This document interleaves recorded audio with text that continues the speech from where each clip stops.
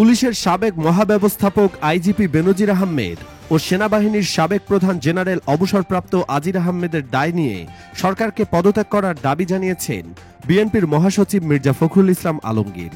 বুধবার 29 মে রাষ্ট্রপতি জিয়াউর রহমানের 43তম শাহাদত বার্ষিকী উপলক্ষে রমনা ইঞ্জিনিয়ারিং ইনস্টিটিউশনে বিএনপির আয়োজিত আলোচনা সভায় বক্তৃতা করেন তিনি।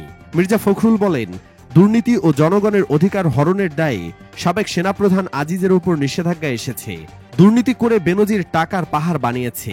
এদের নিষেধাজ্ঞার দায় শুধু আজিজকে, বেনজিরকে নয়, এর দায় সরকারেরও। শুধু আজিজ বেনজির নয়, এরকম অসংখ্য বেনজির আজিজ তৈরি করেছে আওয়ামী লীগ। তিনি বলেন, বেনজির ও আজিজকে আজকে যারা বানিয়েছে তাদের দায় নিতে হবে সরকারকে। সরকারকে এ দায় নিয়ে পদত্যাগ করতে হবে।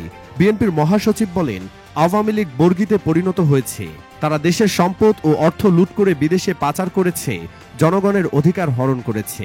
তিনি বলেন, ক্ষমতাসীনরা নিরপেক্ষ সরকারের অধীনে নির্বাচন দেবে না, কারণ তারা জানে নিরপেক্ষ সরকারের অধীনে নির্বাচন হলে 10% ভোটও পাবে না।